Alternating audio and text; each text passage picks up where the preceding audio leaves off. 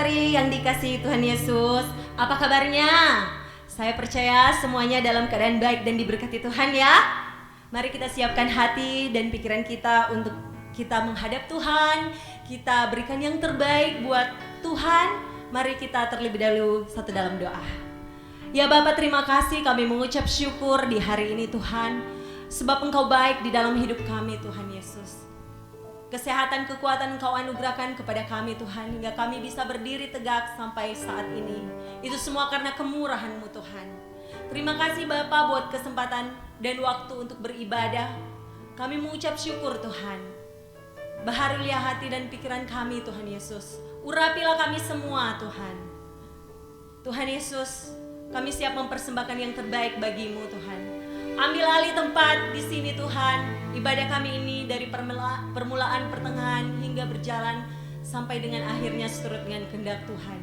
Dan biarlah segala hormat, pujian dan ucapan syukur kembali kepadamu Tuhan. Di dalam nama Tuhan Yesus kami berdoa, haleluya, amin. Kita siapkan hati kita mengucap syukur. Kita bersuka cita hari ini. Siapa yang sudah mengucap kebaikan Tuhan? Haleluya, pasti kita semua sudah mengecap kebaikan Tuhan. Yuk kita nyanyikan pujian ini, kita sama-sama menyatakan Tuhan Yesus baik dalam kehidupan kita. Kecaplah dan lihatlah betapa baiknya Tuhan itu. Yes, haleluya. Pujilah nama Tuhan, sebab Tuhan Yesus baik. Haleluya.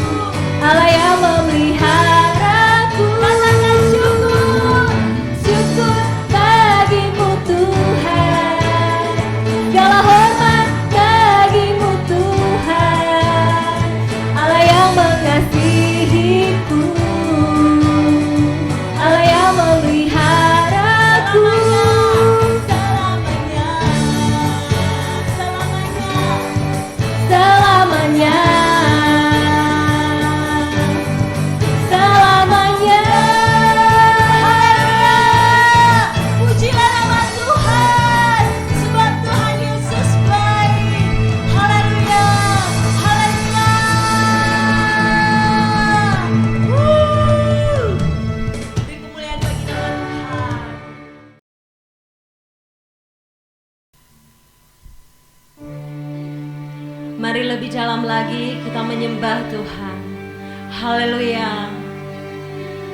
Terima kasih Tuhan Yesus.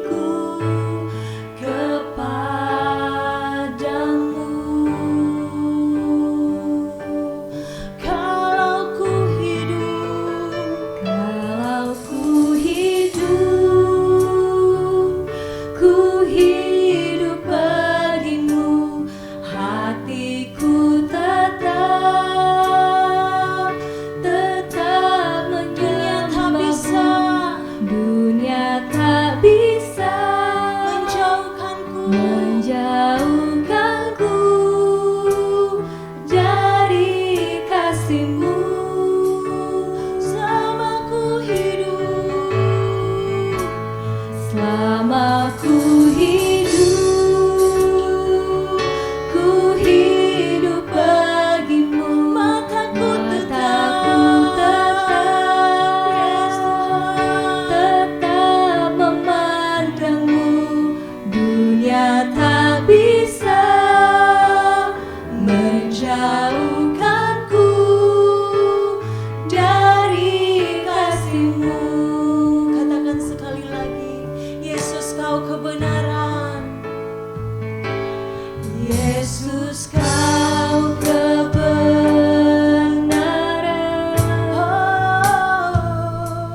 Yang menyelamatkanku. Kau berikanku hidup, Kau memberikanku hidup dan pengharapan. ku ikut kehendak-Mu. Ku ikut kehendak-Mu. Ku perlu anugerah-Mu. Ku perlu anugerah-Mu. Ku nyatakan janjiku kepadamu. Kalau ku hidup, Kalau ku hidup ku hidup bagimu. bagimu.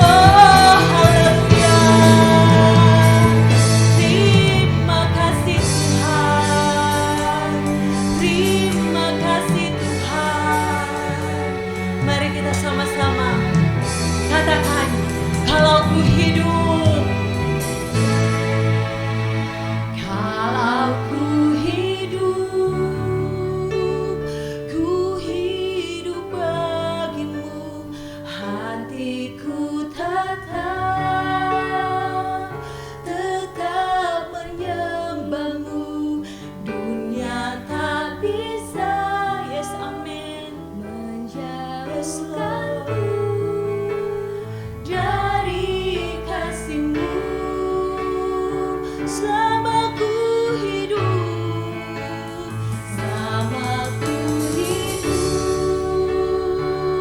ku hidup bagimu, mataku tetap memandangmu. Dunia tak bisa menjauhkanku dari kasih-Mu. Dunia tak bisa, dunia tak bisa menjauhkanku dari kasih-Mu. Dunia tak bisa, dunia tak bisa menjauhkanku dari kasih-Mu. Haleluya, haleluya, terima kasih Tuhan Yesus. Terima kasih Tuhan Yesus buat pujian penyembahan. Kiranya pujian penyembahan kami berbau harum di hadapan-Mu Tuhan. Pada saat ini kami siap untuk mendengarkan firman-Mu Tuhan. Taruh pesan firman-Mu di dalam hati dan pikiran kami Tuhan. Urapi hamba-Mu yang memberitakan firman Tuhan. Dan setiap jemaat yang menyaksikan firman Tuhan. Di dalam nama Tuhan Yesus kami siap mendengarkan firman-Mu Tuhan. Haleluya, terpujilah nama-Mu. Amin.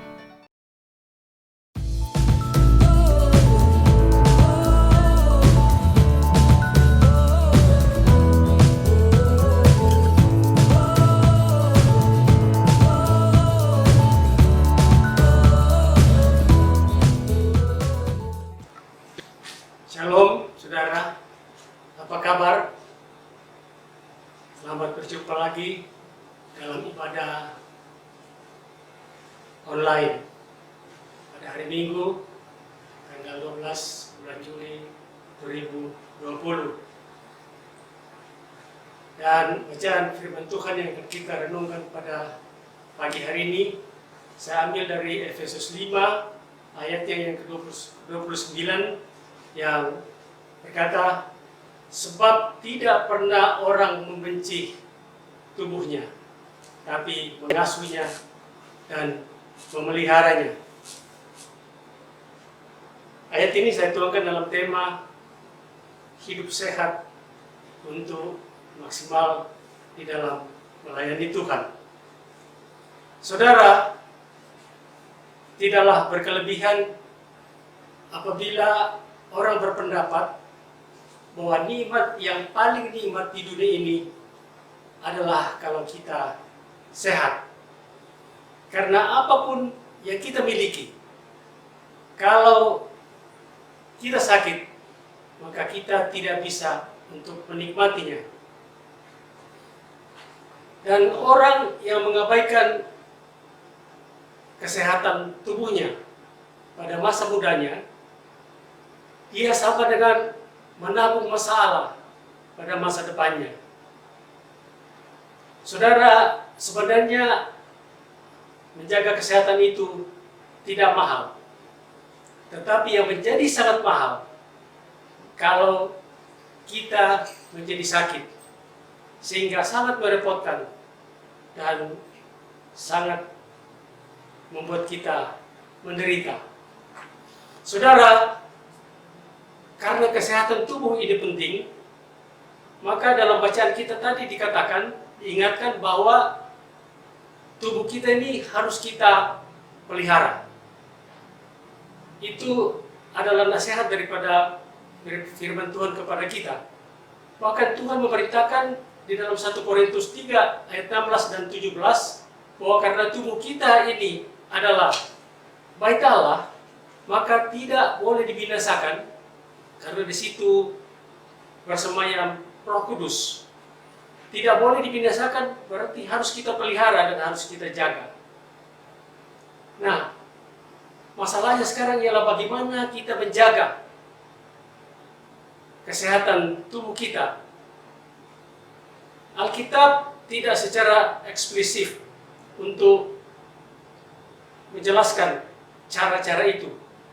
Tetapi kita bisa pakai hikmat para ahli medis yang mengatakan bahwa supaya tubuh kita sehat, maka ada 4 hal yang harus kita lakukan. Yang pertama ialah kita harus makan yang cukup dan teratur. Kita harus rajin berolahraga. Juga yang cukup dan teratur itu kira-kira 5 kali seminggu dan minimal setengah jam per hari. Yang ketiga, kita harus istirahat yang cukup atau tidur yang cukup minimal 8 jam satu hari. Dan yang keempat ialah kita harus menghindari stres atau kekhawatiran dan kecemasan yang berlebihan.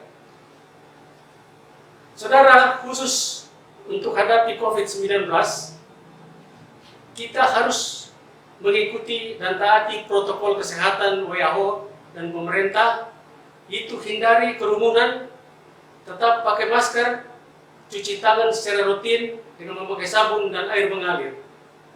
Dan sebagai orang percaya, kita harus terus berdoa agar Tuhan menaruh kekebalan tubuh kita, menaruhkan antibodi dalam tubuh kita, supaya setiap kuman, setiap bakteri, dan setiap virus yang masuk ke dalam tubuh kita akan dihalau dan dimatikan oleh antibodi yang Tuhan taruhkan dalam diri kita. Saudara, dengan demikian sangat jelas bagi kita kegunaan kalau kita punya tubuh yang sehat. Yang pertama, bahwa kalau kita sehat, maka kita bisa menikmati semua karunia yang Tuhan berikan kepada kita. Yang kedua, hidup kita jadi maksimal. Dan yang ketiga, umur kita menjadi panjang. Perlukah umur panjang? Perlu, supaya kita bisa menjadi lebih lama menjadi berkat dan juga bisa lebih lama mempersiapkan kehidupan kekal kita nanti di sorga. Saudara, kalau tubuh kita sudah sehat, tapi tidak cukup kalau rohani kita tidak sehat. Karena bahaya yang sebenarnya akan terjadi kalau rohani kita sakit. Karena rohani yang sakit, apalagi yang mati, sehingga putus hubungan dengan Tuhan, maka dampaknya adalah kehidupan kekal. Nah, sekarang bagaimana caranya supaya kita menjaga agar rohani kita menjadi sehat? Firman Tuhan memberikan 3 kiat atau 3 hal supaya rohani kita menjadi sehat. Yang pertama, itu kita harus rajin beribadah. Di dalam 1 Timotius 3, di dalam 1 Timotius 4 ayat 7b dikatakan, latih dirimu beribadah. Latih dirimu beribadah berarti kita disuruh untuk beribadah.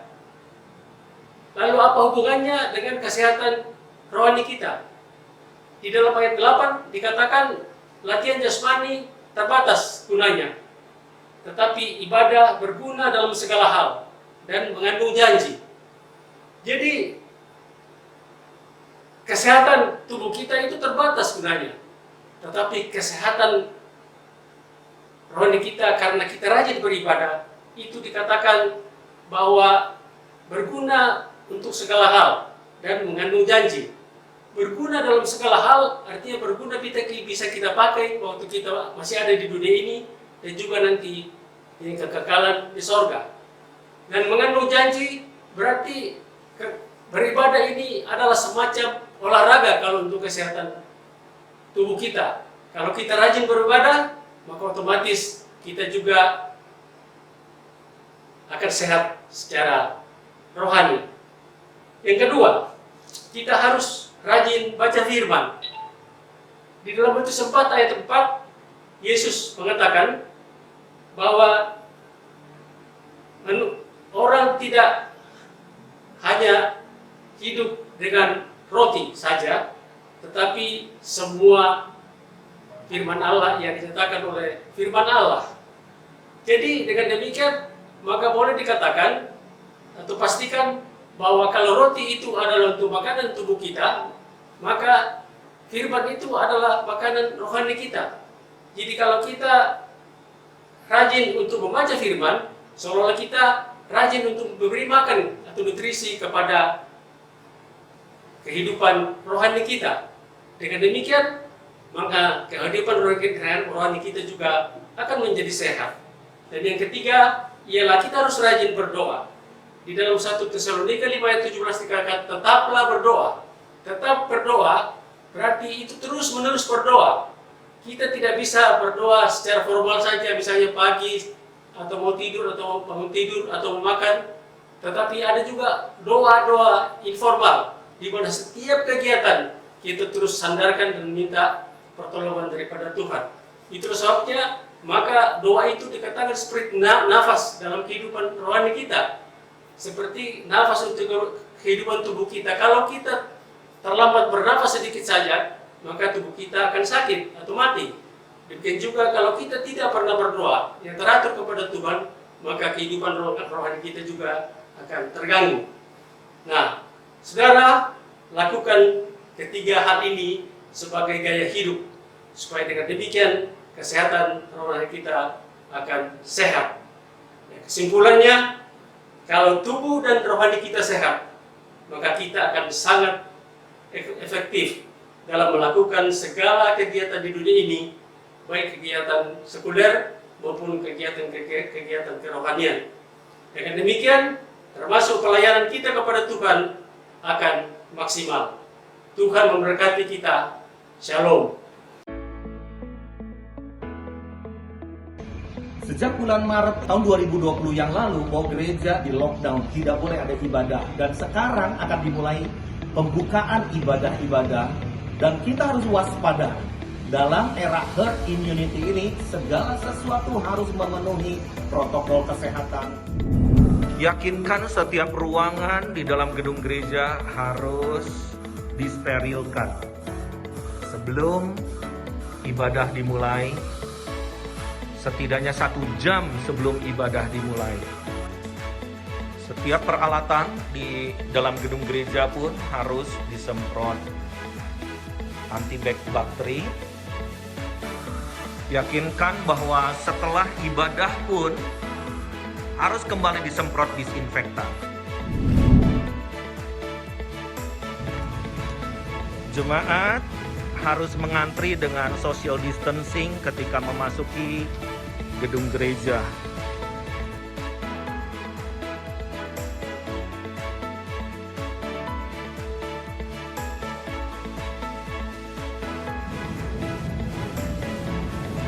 Bagi jemaat yang mengalami gangguan kesehatan,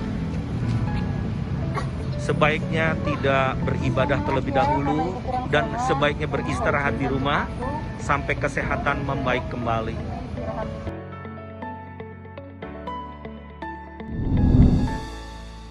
Jarak untuk tempat duduk jemaat harus diatur sedemikian rupa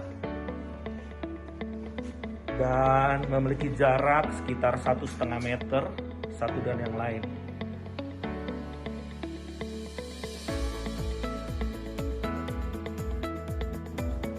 Hal yang sering terabaikan adalah mic dipakai oleh beberapa orang.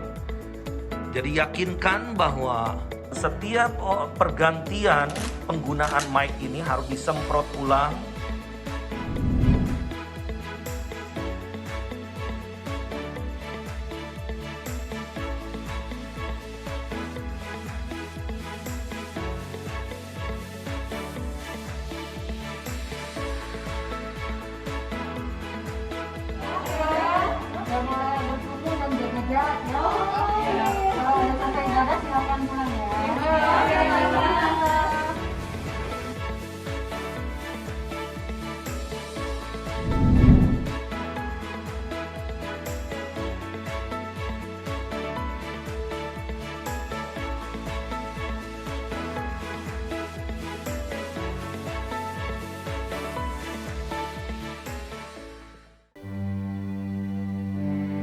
Kiranya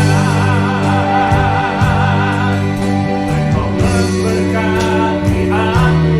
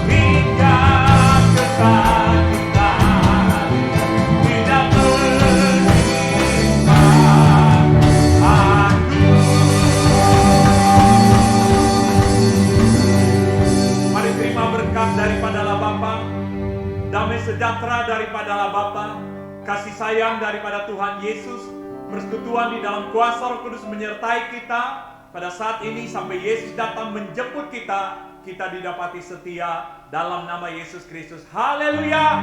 Amin. Amin. Amin. Selamat hari Minggu. Tuhan memberkati.